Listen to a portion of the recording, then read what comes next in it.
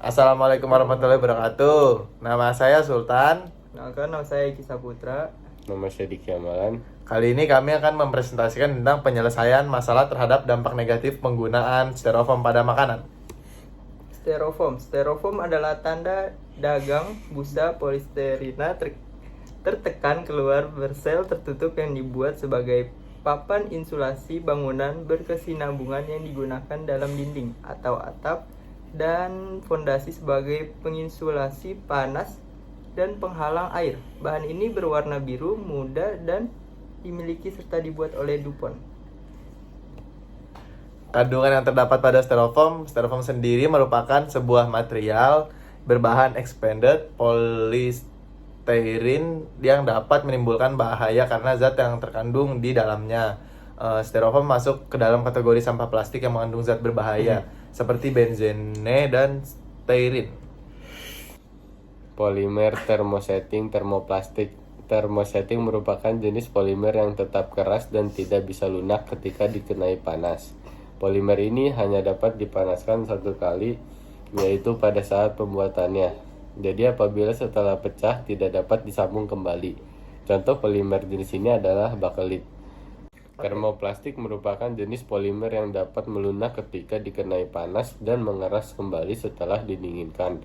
Artinya, polimer jenis ini dapat dipanaskan berulang-ulang. Contoh polimer yang masuk jenis ini adalah jenis plastik seperti polietilena. Dampak negatif penggunaan styrofoam bagi kesehatan. Penggunaan styrofoam dapat membahayakan kesehatan, terutama bagi pekerja di pabrik pembuatan styrofoam.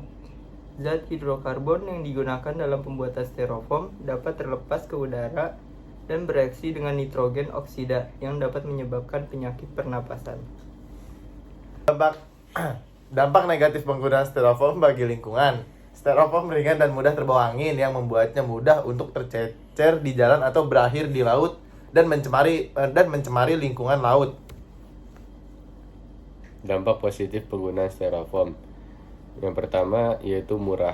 Styrofoam relatif murah dan mudah didapatkan, yang membuatnya populer untuk digunakan sebagai wadah makanan dan minuman.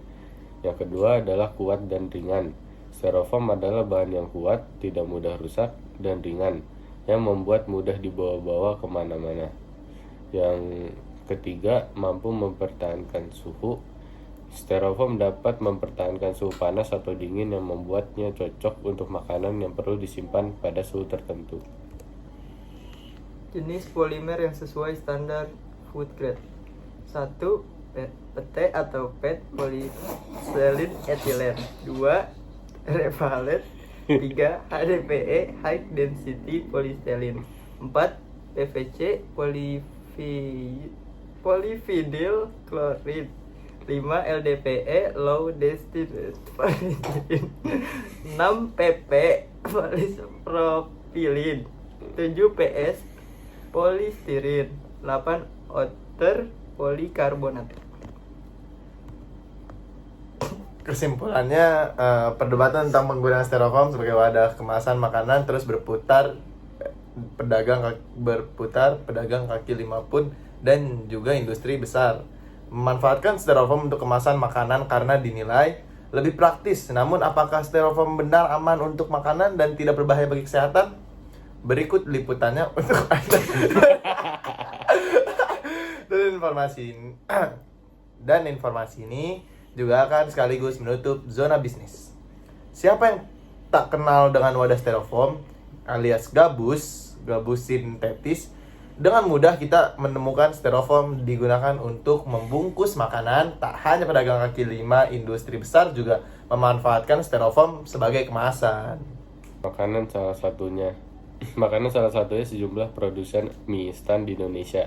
Styrofoam dibuat dari polistiren, zat kimia yang sifatnya ringan serta bisa berbentuk cair maupun busa padat.